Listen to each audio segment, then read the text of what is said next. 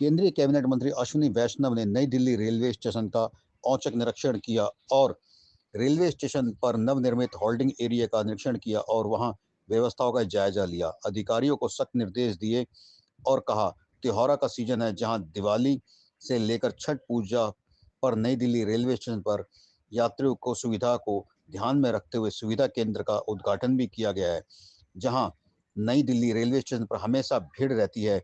इससे आने वाले यात्रियों को, खासकर बिना आरक्षित टिकट वाले यात्रियों को सुविधा मिलेगी। अंदर के सभी टिकट काउंटर्स को बाहर स्थानांतरित किया जा रहा है। यह नई दिल्ली रेलवे स्टेशन के लिए एक स्थायी सुविधा है। देश भर के 75 स्टेशनों पर इसी तरह की व्यवस्था लागू की जा रही है, जिससे कि आने जाने वाले यात्रियों को किसी तरह की असुविधा ना हो और उनकी सुविधाओं का ध्यान रखा गया है।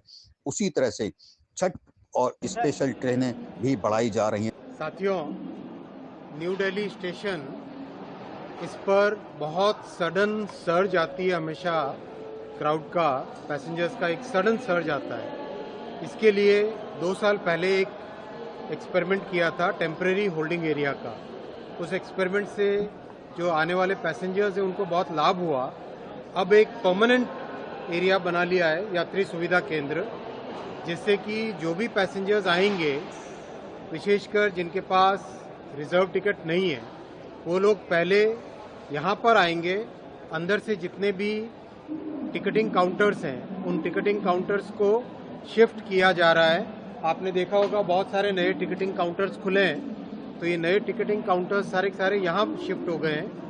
तो ओवरऑल जब पैसेंजर्स आएंगे तो उनको एक अच्छा वेलकमिंग एनवायरनमेंट, यहाँ पे बड़ा सा एरिया जिसमें बैठ सके, बहुत बड़ी मात्रा में टॉयलेट्स बने। अभी देखा, टॉयलेट्स का इंस्पेक्शन किया है, करीब 150 से ज़्यादा टॉयलेट्स बने। तो अच्छा आरओ, इंडस्ट्रियल आरओ का पानी, प्रॉपर एक अच्छी क्वालिटी का पानी मिले, आराम से बैठने को यहाँ सुविधा मिले, बड़े बड़े पंखे लगाए गए हैं। बहुत अच्छा एक एरिया बन गया है। ये परमानेंट सुविधा हो गई न्यू दिल्ली स्टेशन के लिए। ऐसे ऐसे देश भर में 76 स्टेशंस पे इसी तरह की व्यवस्था की जा रही है, जैसे कि पैसेंजर्स को प्लेटफॉर्म पे आके भीड़ न करनी पड़े। ओवरऑल देश भर में रेलवे की कैपेसिटी को बढ़ाने का बड़ा काम हाथ में लिया हुआ है। जिस तरह से माननीय प्रधानमंत्री जी ने एक फोकस के साथ रेलवे को ट्रांसफॉर्म करने का मिशन हाथ में लिया हुआ है, उसमें लगातार नई पटरियां बनाना, नए स्टेशन बनाना, नए होल्डिंग एरिया बनाना, नई ट्रेन्स इंट्रोड्यूस करना, नए जनरेशन के लोकोमोटिव लेना, कोच का प्रोडक्शन बढ़ाना, हर तरह का काम जो एक नए लेवल पे लाने का हाथ में लिया गया है। इस तरह की फैसिलिटी से पैसेंजर्स को आते ही एक सुविधाजनक एरिया में बैठने का मौका मिलेगा।